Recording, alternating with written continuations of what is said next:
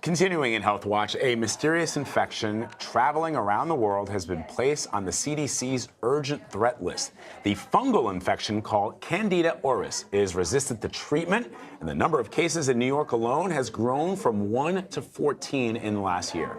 Well, goddamn, we're living in The Last of Us. We finally got that zombie apocalypse. Unfortunately, it's gonna smell like athlete's foot. Candida auris. Nothing to worry about. Only attacks the sick, the elderly, and the young. And of course that KD ratio of 50%. You might be wondering, what exactly is a fungal infection? Well, thrush would be one. That's yeast in your mouth. Remember that, fellas, the next time the girlfriend wants you to go down on her. I'm just joking, ladies, but your vaginas are disgusting. Nonetheless, I wouldn't want that in my mouth. I think you can only cure it with bleach or a flamethrower. I'm not 100% certain, I'm not a doctor, but I'm pretty sure WebMD told me that's how you get rid of this disgusting shit from your mouth.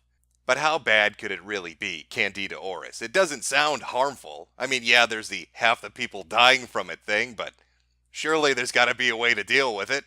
What happens when somebody comes down with Candida auris? Well, there are a few pro tips to keep in mind. One, basically none of the medications are going to work because it's resistant to all of them. Number two, right at the top of the list, burn the fucking home down where the person that was sick with it was dwelling. Everything was positive. The walls, the bed, the doors, the curtains, the phones, the sink, the whiteboard, the pulls, the pump, said Dr. Scott Lauren, the hospital's president. The mattress, the bed rails, the canister holes, the window shades, the ceiling, everything in the room was positive. It's a creature from the Black Lagoon, said Dr. Tom Chiller, who heads the fungal branch at the CDC, which is spearheading a global detective effort to find treatments to stop the spread. It bubbled up, and now it's everywhere. Mysteriously, from out of nowhere, 4 variations of the same disease miraculously appeared on the scene, and they're all resistant to treatment. The genome sequencing showed that there were 4 distinct versions of the fungus, with differences so profound that they suggested that these strains had diverged thousands of years ago and emerged as resistant pathogens from harmless environmental strains in 4 different places at the same time. Somehow, it made a jump almost seemingly simultaneously and seemed to spread and is drug resistant, which is really mind-boggling, said Dr. Valabananini, almost like it's not a naturally developing thing to have 4 simultaneous variants of the same disease miraculously spring up and all be resistant to every treatment option you have. But reading the news about the emergence of another super disease, another thing that can't be cured, another thing that's resistant to all the major treatments, got me to thinking. It feels like every other day there's a new fucking article talking about how some strain of some disease has emerged that can't be treated with antibiotics, such as this one, super gonorrhea. Not your everyday ordinary Clark Kent variety. This one has a cape and can fly really fucking fast. See, we live in a very modern age, where people take on a very metropolitan attitude when it comes to sex. We're enlightened when it comes to interacting with each other. We're so in the pursuit of self-gratification and self-pleasure that we eschew and put aside all these notions, these quaint, antiquated, outdated ideas about morality and monogamy and chastity and moderation. We look at it as a silly thing from a thrown away era that doesn't have any bearing on us. Free love, man.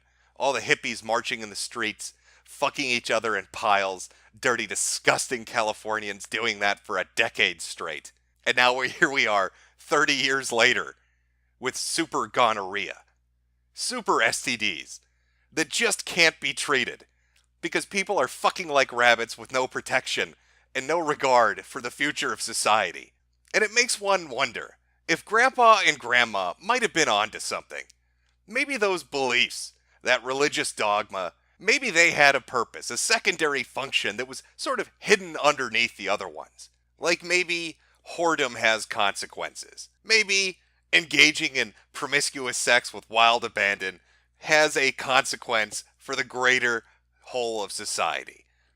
Maybe there are reasons you shouldn't be sticking your dick in every single hole that you can conceivably fit it into.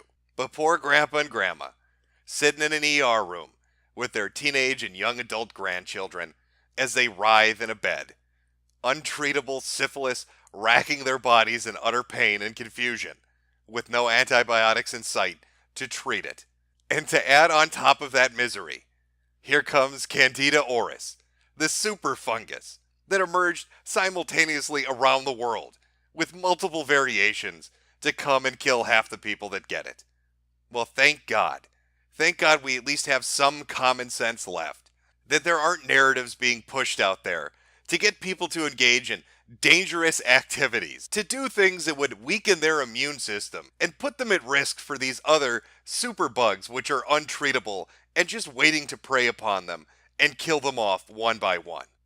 Our future, at the moment, seems to be one where our genitals will weep non-stop as our bodies are wrought with a never-ending fungus that spreads on anything it touches. That's the bright, happy day that's awaiting us. All because Mindy and Cindy and Dude Bra wanted to go to that rave and drop some MDMA and fuck like bunnies. Because of these frat kids, our whole world is going to implode. Because they can't keep it in their fucking pants. They can't keep their underwear on them for more than 1 minute of the day. Because the mass media and everybody has told them it's perfectly acceptable and there are no consequences to being idiots. That quick solution of the antibiotic will take care of any mistake that you've made. Well, we're entering a world. We're on the cusp of entering a world where that's not going to be the case anymore. Where when you get an infection, you're fucked. When that fungus starts to overtake you, you're fucked. And nothing, not prayer, not science, not the power of positive thinking, is going to pull your ass out of that hole.